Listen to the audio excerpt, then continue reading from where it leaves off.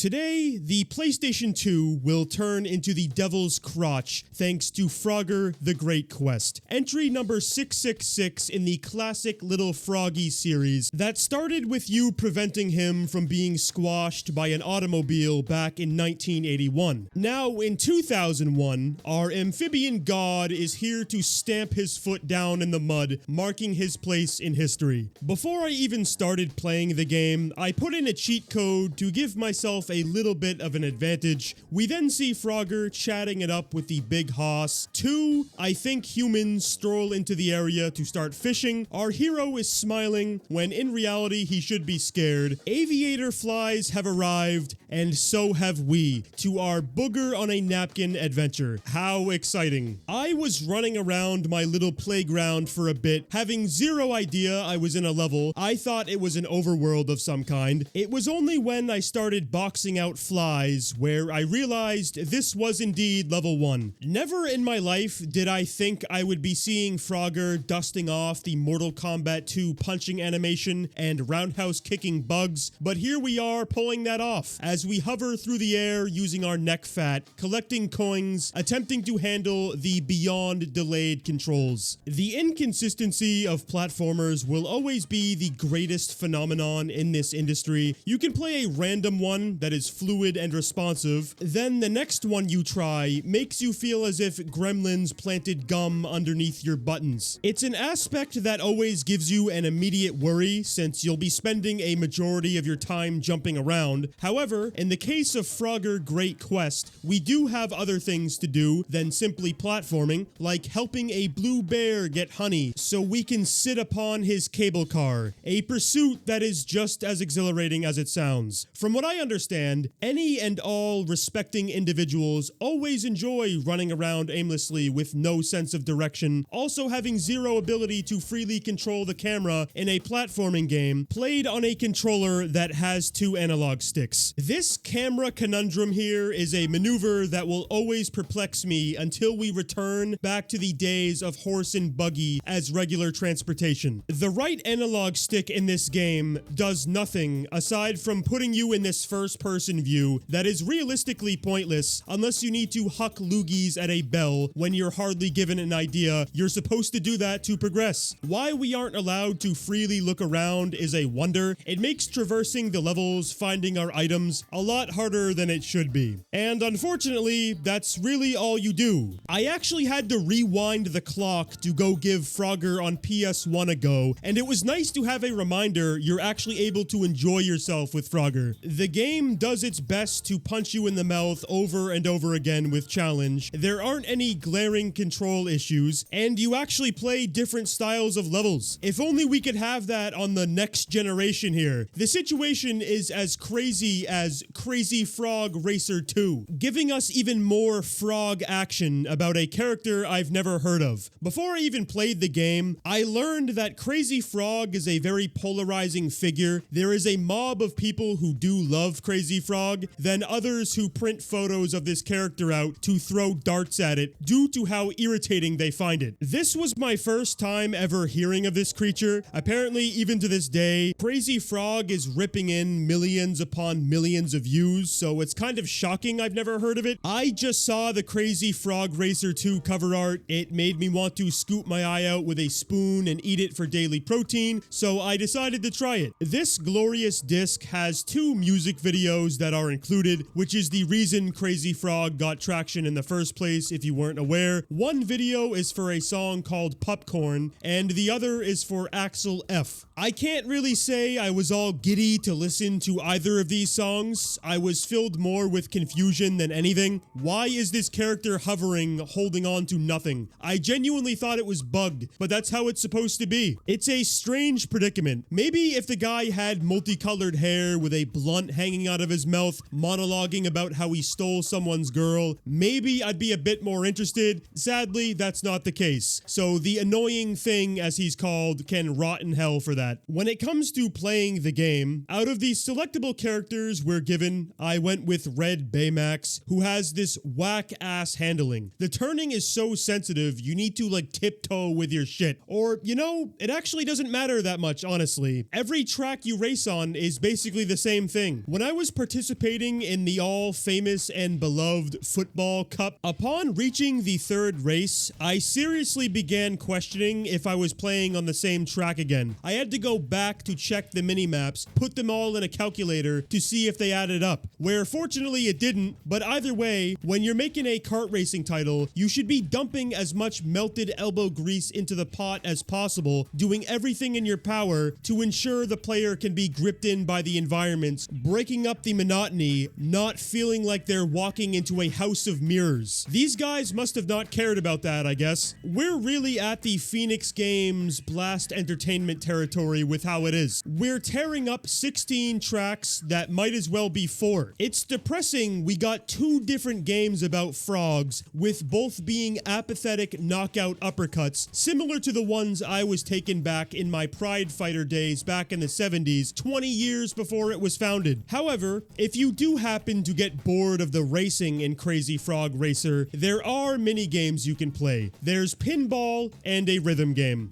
Yeah, I'm good. If in 2007, this bare bones level of content and decrepit witch undercarriage cavity quality is all that could be mustered, I think I'll just go play Number Munch on the computer instead. Or a better idea could be standing in a wide open field to get blasted in the head by The Sniper 2, a title that is claimed to be a hard-boiled shooting game, whatever that means, followed up by a cutscene that is trying its absolute hardest to make our character Henry seem way cooler than he actually is. We're now driving an automobile that has an explosion sound for an engine. A buddy old pal is waving for help on the side of the road. We leave him there, then turn around to have him join our party because Henry is a changed man. A title card pops up that says Blood Red Dusk. Our squad bumps into a guy, creating a very awkward situation. Afterwards, we sit down, getting ready to eat a meal, having the most robotic conversation possible, containing classic lines such as, "No, but he smells the same as I do," when referring to the man we saw moments earlier. And we have this.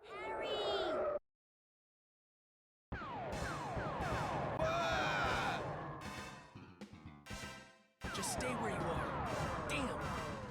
How did they find me?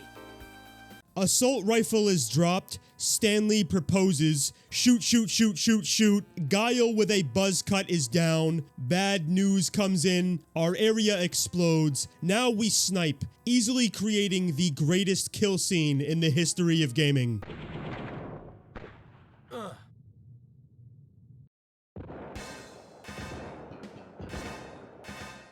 It only took 10 minutes of cutscenes to reach that point, but I'm glad it happened, cause it allowed me to witness yet another drama-filled cutscene only found in the depths of a neckbeard nest. CA!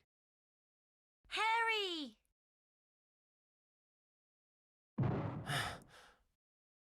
No! I'm hooked. This level of quality is essentially all you're dealing with while playing Sniper 2. It kind of feels like a very low quality interactive movie instead of a video game. A majority of the time you play is us watching the sock puppets interact with one another, having a 50-50 chance whether they decide to move their mouths while talking. You typically need to wait about 5 minutes before you play again, which always consists of dragging a crosshair on the screen to shoot one person or an object. Of course, receiving your rockin' replay as a reward, then you continue watching more cutscenes. So it really depends on how excited you would be to watch riveting theater like this. We're leaving. Okay.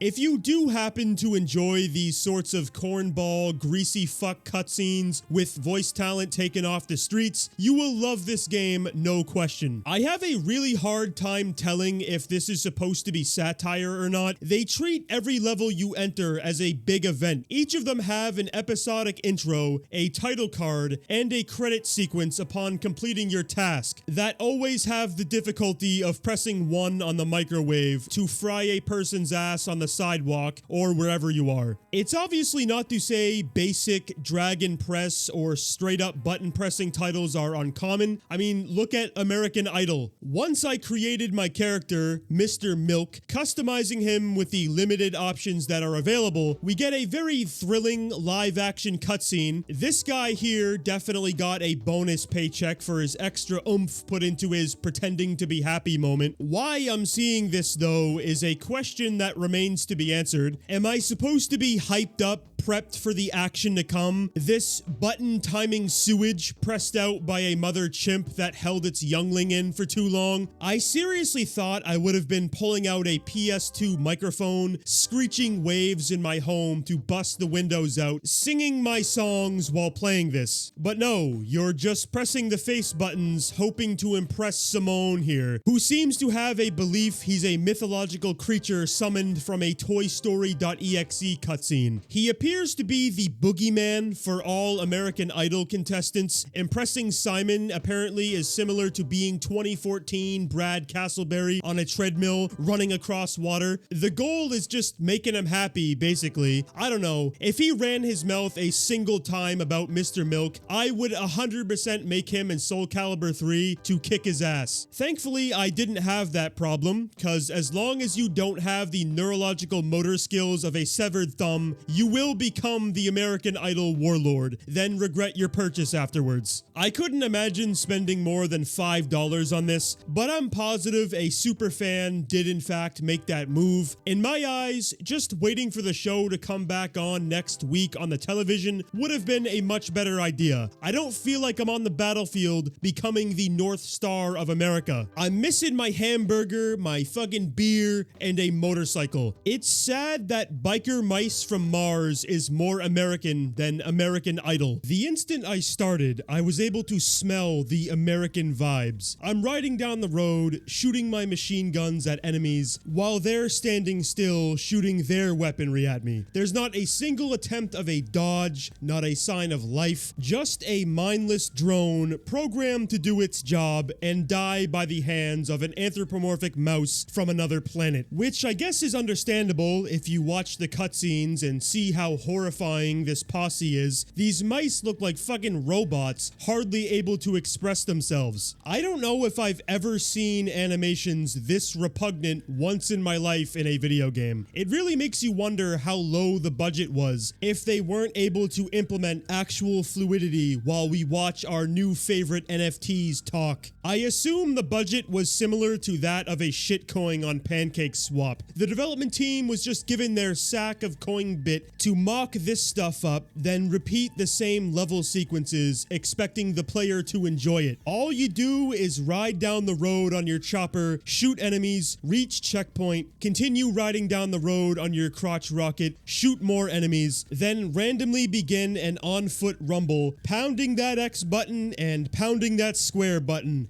Whoop whoop. I get it can be hard sometimes to make a game, especially when the topic isn't rich. Like, I really have no idea what Biker Mice from Mars is. My assumption is some sort of esoteric underworld cartoon series only watched by a select subset of people during the witching hour, but clearly there wasn't much to work with if this is all we could do. So making a game about this show probably wasn't the best idea. If Stuart fucking Little can have more of an extravagant experience than you back on the PS1, the war is lost. Liberty Prime is stomped through, pack your suitcases up, and go surf yourself down the river towards Garbage Island in the middle of the Pacific Ocean. Biker Mice from Mars, the video game, only has one bit of depth to it, which is only the ability to purchase new upgrades that realistically don't change anything. Regardless of what you purchase, you're still performing the same mundane objectives from level to level with zero satisfaction. Obviously being time spent that anyone would be jealous of. A person who could do a triathlon in reverse would 100% be envious of a person who spent their time sticking these wheels on the pavement or indulging themselves into the lives of the barely sentient mice. I think the only individuals who wouldn't fall under that jealous category is a Backyard Wrestling 2 fighter. These guys are on a whole different plane of existence than all of us peons. None of these self-respecting champions would have interest in existing with the mobility of a zombified corpse. They need to fight. They need to do what these ogres on the main menu are doing. But I didn't want to use a pre-made character to enter the war zone. I needed to birth a new human into the world. I tried my best to make the most realistic human you would see walking down the street to take part in these battles. I started my career, I loaded into the pool, Wario reveals himself from the nearby shrub, ready to pounce on his victim, where you can then watch the hours and hours of practice Wario put in to press his square button, wailing on a ragdoll who 9 times out of 10 will just stand there taking it. It's a story foretold from an ancient Egyptian pharaoh's journal. We're finally blessed to watch the green, hideous monster with a potted plant on his head, leveling out an army of people by swinging an oversized fly swatter at them. It's no joke. This may be the quickest exploit to discover in any game. The recovery time is obnoxiously long, so you can keep swinging your weapon that never breaks at your opponent to always win. It does more damage than simply punching or kicking people, even grapples for that matter. And of course you can do grapples if you want to, but considering how they only seem to work when they feel like it, plus the fact you have such a limited amount of them, you might as well just do the more consistent option here. Swing your weapon or press in square 3 times. What's really weird is that you don't even need to pin your opponent either, meaning you could just treat this like any other fighting game instead of a wrestling game if you wanted to, which isn't a good thing for poor old wrestling in the backyard for the second time. After you dish out domination for the 15th time in a row, Tokyo drifting to conquer the Undertaker's streak, the apathy really starts to kick in. I really remember enjoying this game when I was a kid, so I really don't know what happened here. Kids are just fucking stupid, I guess. I might as well have been smacking myself in the head with a bag of frozen peas. You got nothing to tickle yourself with. There's no depth in the combat. They didn't include different match types to try spicing up the world of backyard wrestling. What you see is what you get. 1v1 encounters on repeat, mindlessly beating on your opponents for however long you feel the need to. The only enjoyment that could be extracted from this thing is just if you were a bored kid living with a family that was reluctant to purchase SmackDown Here Comes the Pain for your big ass. However, if I did need to scrape up one positive thing about this game, it would be that you're able to play as Sandman and New Jack, as with 2 members of ICP, as with their songs also being some of the background music. Otherwise, we're sitting here playing a game pretending it's 1985, where mindlessly pressing buttons, watching movement happen on the screen, is supposed to make me bring the front of my undergarments to water country. But sorry, buddy, we're not back there anymore. If I wanted to wormhole through history, there surely are better options, like Robin Hood's Quest, or I was hoping it would be. The main menu isn't really giving the most optimistic thoughts. Robert Hood isn't presenting himself as a hero here, more like a person who would be hanging around the playgrounds during recess. More than once upon a time, huh?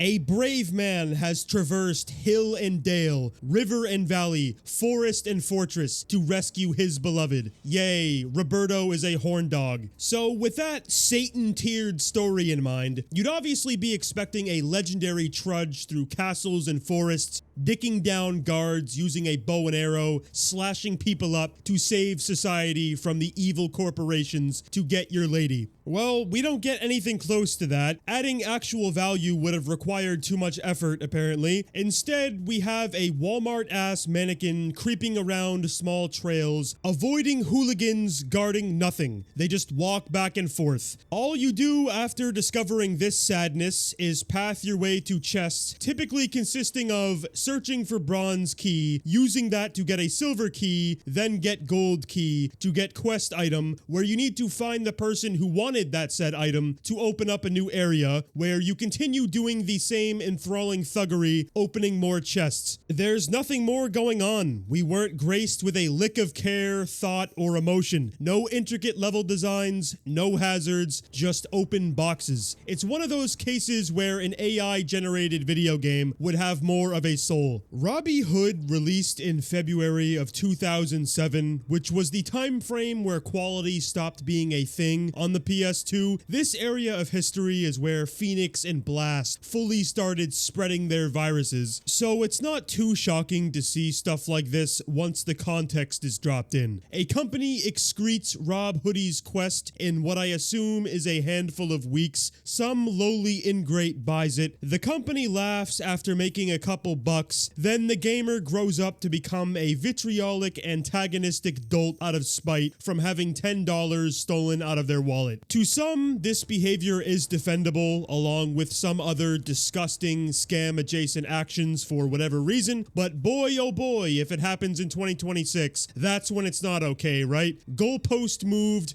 We have Knight Rider the video game. Not sure why, but we do. My expectations were honestly where they should be with this one, meaning they're down towards the Earth's core, yet I was still let down. The very first thing you do is partake in one of the most obnoxious tutorials you could possibly play. You learn how to drive multiple times, actually. You learn how to press circle, you learn how to jump, you learn how to do an underworld maneuver, then you learn how to drive even more. Finally, you do an obstacle course that really isn't an obstacle course. It takes around 15 minutes to finish all of this, and from the amount of time I've spent playing games of this quality, it's apparent why this move was made. They just did it to pad out game time. It's not necessary whatsoever. Besides, it's not like you need to have a tickle tease for anything you do during the game anyways. Similar to Biker Mice on Mars, the people who were designing Knight Rider the video game seemingly had no idea what to do when making a Knight Rider game, cause all you're doing is driving back and forth, pressing and holding circle on a box, following a car down the road, doing infant's first jump off of rooftops, or participating in the most pathetic car combat probably ever. Apparently, nothing screams more entertainment than nudging yourself against another automobile that's struggling to exist. Are we dealing with the fabled legless driver having one hand on the pedal and the other on the wheel? What is going on here? The same thing happened during my boss battle. I'm sitting here butting myself against the big bad truck, slowly chipping its health away while it's driving in donuts, avoiding me as much as possible. It must have learned from Kit itself when it tries to make turns. This so-called car of the future would put Krispy Kreme out of business in mere minutes if the road had more turns. It's genuinely appalling how horrendous the handling is on this thing. But thankfully, the development team knew this, so practically everywhere you drive is a straight pathway, which is good for the sake of this game specifically, just terrible when you look at it in the scope of everything around it. Prayers go out to the young soldiers who persevered through these trenches. They just wanted to use their Hulk Hogan of the vehicle world, but they couldn't. It does everything in its power to push the fun deep into a box, never to be seen again, leaving the player with no other move than to go get on the throne of a bicycle in Pro Bikers 2. Might as well stop using the store brand Phoenix games and start using the real stuff, right? I loaded into Browntown as my first race, and I don't believe I've ever been so jealous of watching a character turn. It's a miracle the AI are even able to do it, because when I attempt it, it's either not working period, or my bike is making an acute triangle in the dirt, sending my crazy rider into a haze. You can hardly make it through the most straightforward tracks that are given to you. It's actually disgusting how uncontrollable Pro Biker 2 is. It's just straight up broken. I really have nothing to say about this, like nothing at all.